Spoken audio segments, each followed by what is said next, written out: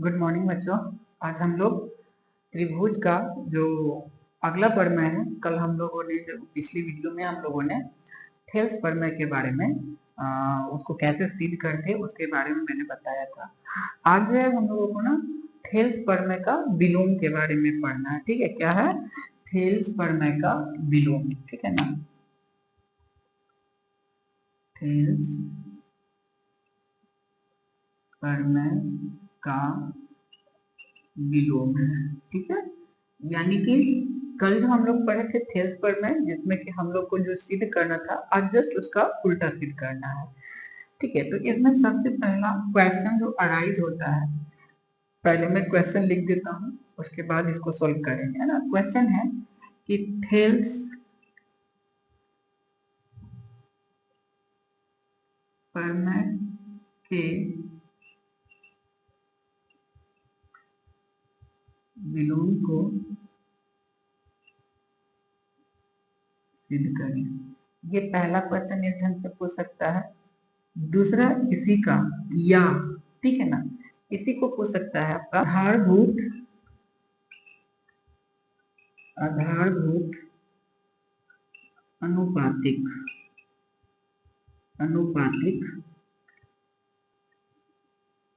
प्रमेय का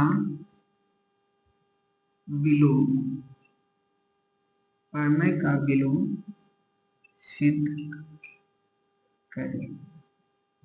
ये इसका दूसरा तरीका हो गया। या ये तीसरा तरीका से जो क्वेश्चन पूछ सकता है, तो वो तीसरा तरीका कहेगा कि सिद्ध करें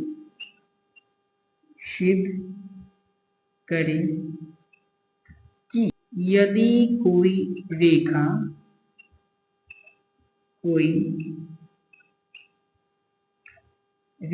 किसी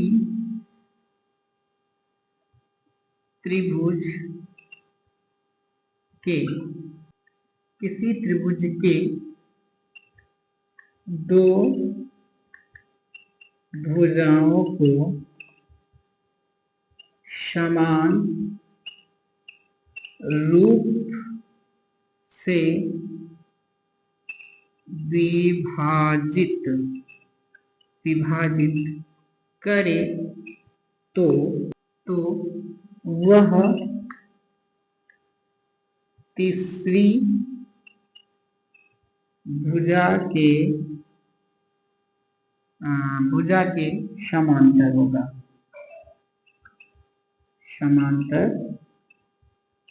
होगा। देखिए, तो ये जो है ना, ये तीन तरीके हैं आपको क्वेश्चंस पूछने के। पहला आपको है क्या, तो थेल्स प्रमेय का विलोम है। इसमें क्वेश्चन क्या कर सकता है कि थेल्स प्रमेय के विलोम को सिद्ध करे। उसी को दूसरे ढंग से ये कह सकता है कि आधारभूत अनुपातिक जो प्रमेय होता है उसके विलोम को सिद्ध करे। ये दूसरा तरीका हो गया। और जो ज्यादातर क्वेश्चन पूछता है वो इस ढंग से पूछता है कि सिद्ध करे कि यदि कोई रेखा किसी त्रिभुज के दो भुजाओं को समान रूप में विभाजित करे तो वह तीसरी भुजा के समांतर होगा। ठीक है ना, तो आपको इस तीन तरीके से क्वेश्चन पूछ सकते हैं। इसके लिए सबसे पहले हम लोग क्या करते हैं, अपना एक फिगर बना लेते हैं। ठीक है ना, तो एक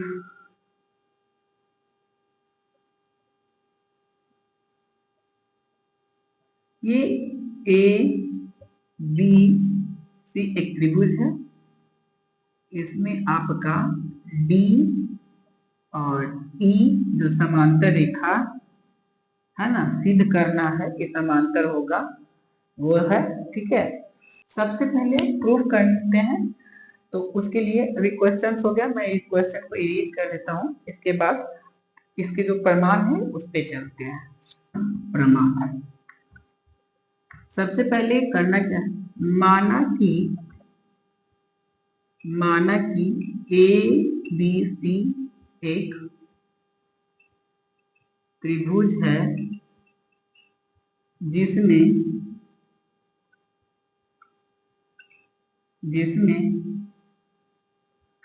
AD बटा BD बराबर AE बटा EC या CE है ना। ये आपको ये दिया हुआ है ना।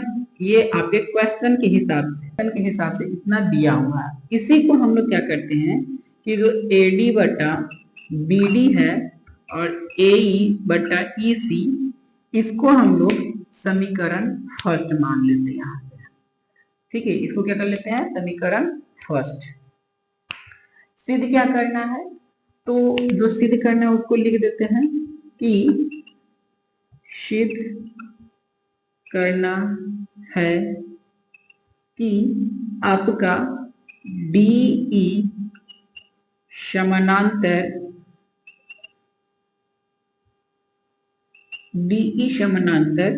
BC।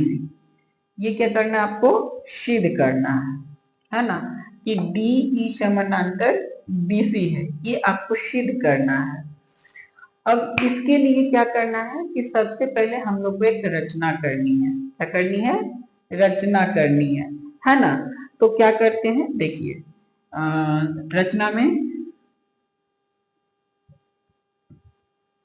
रचना करते हैं। तो सबसे पहले तो D को C से तथा B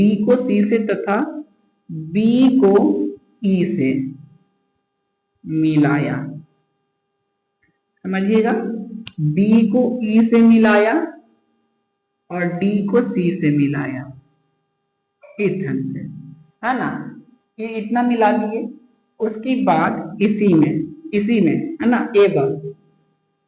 एवं और क्या करते हैं कि D से एक लंब खींचते हैं, जिसे हम लोग G पॉइंट कह देते हैं, और यहां से एक इधर, जिसको हम लोग F पॉइंट कहते हैं। करते क्या है, एवं D से DG लंब AC, DG किस पे है, AC पे लंब है, तथा आपका E से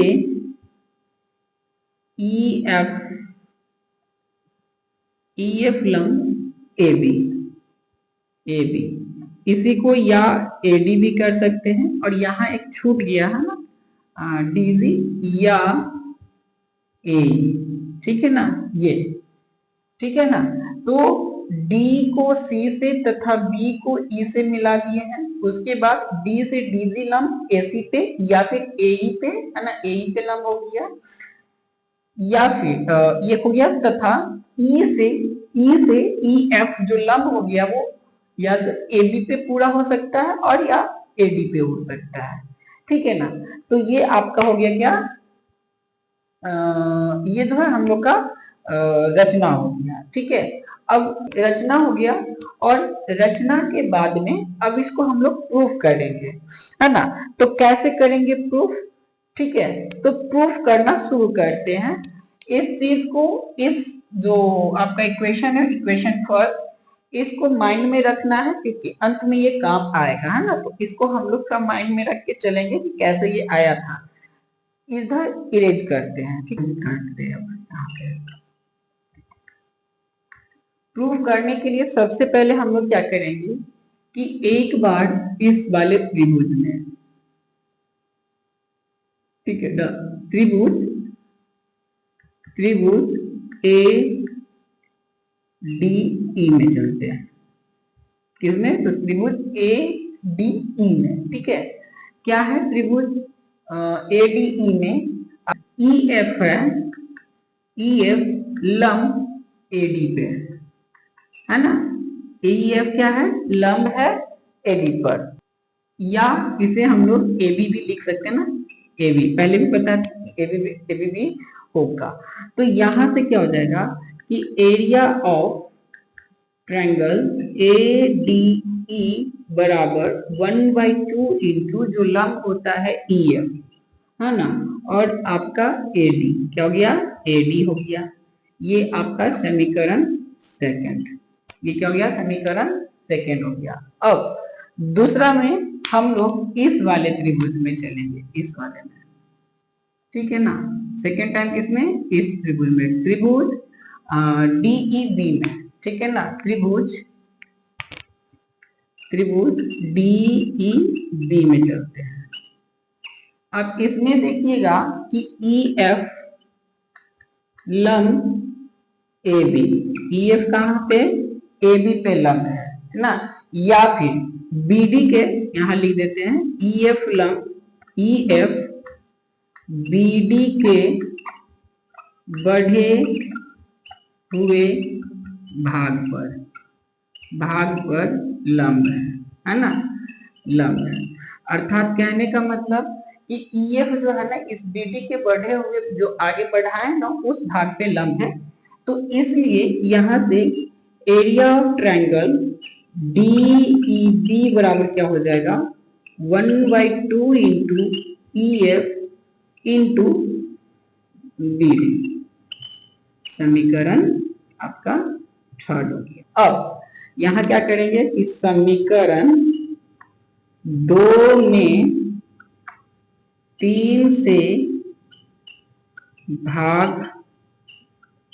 देने पर, जब समीकरण 2 में समीकरण 3 से भाग देंगे तो आएगा एरिया ऑफ ट्रायंगल ADE बटा एरिया ऑफ ट्रायंगल D क्या हो जाएगा 1/2 इंटू EF इंटू AD बटा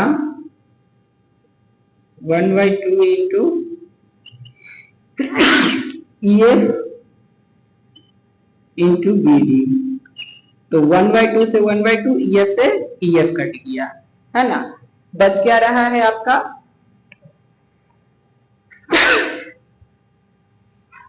जो बच रहा है वह है एरिया ऑफ ट्रायंगल ADE बटा एरिया ऑफ ट्रायंगल DEB बराबर AD बटा BD।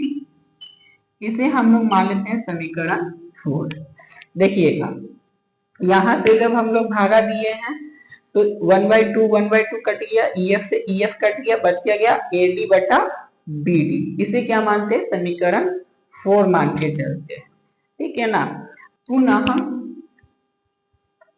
पुनः ट्रायंगल ADE में, फिर से किसमें, ऊपर वाले ट्रायंगल में, ठीक है। अब इस वाले में क्या करेंगे कि DG जो है लंब AE या AC, DG लंब AE या AC पे, ठीक है ना। ये DG जो है किस पे लंब है, या तो AE पे है या तो AC पे है। तो यहां से हो जाएगा एरिया ऑफ ट्रायंगल ADE बराबर 1/2 इंटू DG इंटू AE, क्या हो गया AE। इसे मानते हैं समीकरण 5। समीकरण 4 आपके यहाँ पे है, समीकरण 5 ये हो गया आपको, ठीक है ना। चलिए नेक्स्ट ट्रायंगल आपका BCE में, ठीक है। कौन सा ट्रायंगल, सॉरी BCE नहीं, आपका जो ट्रायंगल नेक्स्ट होगा वो होगा DEC में। इस वाले ट्रायंगल में चलेंगे नेक्स्ट टाइम से, है ना। इस टाइम इस वाले, ये वाला आपका हो गया ट्रायंगल। तो ट्रायंगल DEC में इस वाले ट्रायंगल में चलेंगे। अब इसमें देखिएगा आप कि जो DG है, ठीक है ना, DG ये DG जो है ना EC के या CE के बढ़े हुए भाग पर लंब है, ठीक है। कहाँ पे है, तो ये आपका जो CE है ना, CE के बढ़े हुए भाग पर लंब हो गया।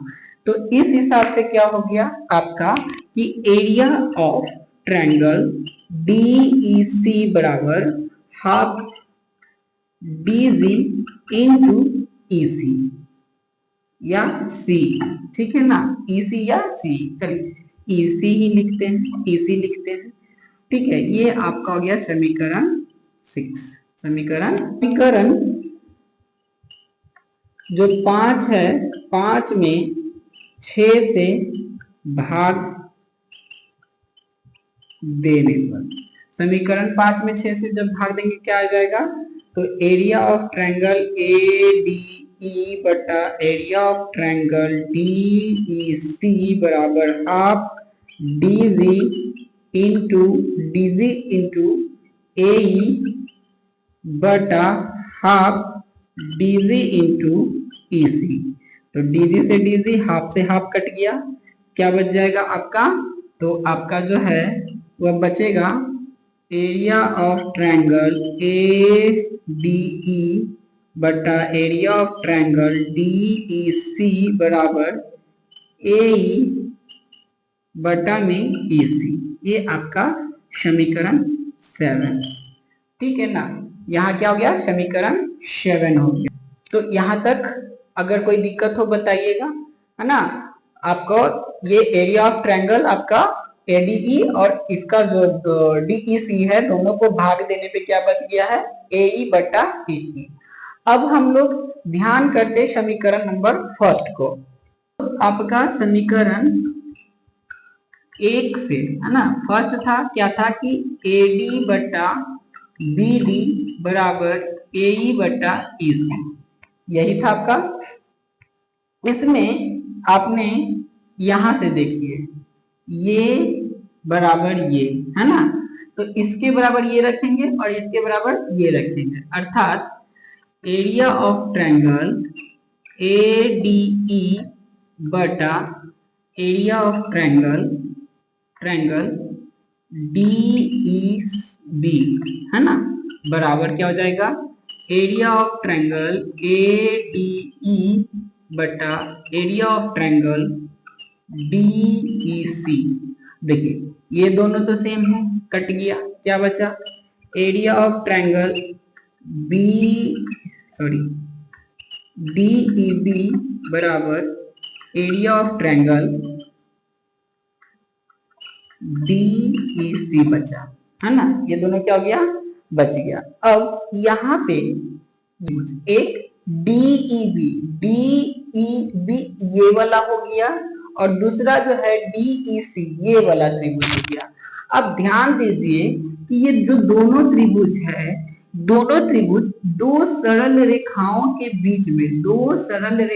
बीच में एक ही आधार पे, ये क्या हो गया? आधार हो गया, एक ही आधार पर का बना हुआ त्रिभुज है। इस वजह से जब एक ही आधार पर का बना हुआ त्रिभुज होता है दो सरल रेखाओं के बीच में, तो इस वजह से जो आपका दोनों सरल रेखा होता है वह एक दूसरे के समानांतर होता है, ठीक है। तो यहाँ क्या हो जाएगा आपका? लिखाएगा त्रिभुज डीईबी एवं त्रिभुज डीईसी एक ही आधार की ओर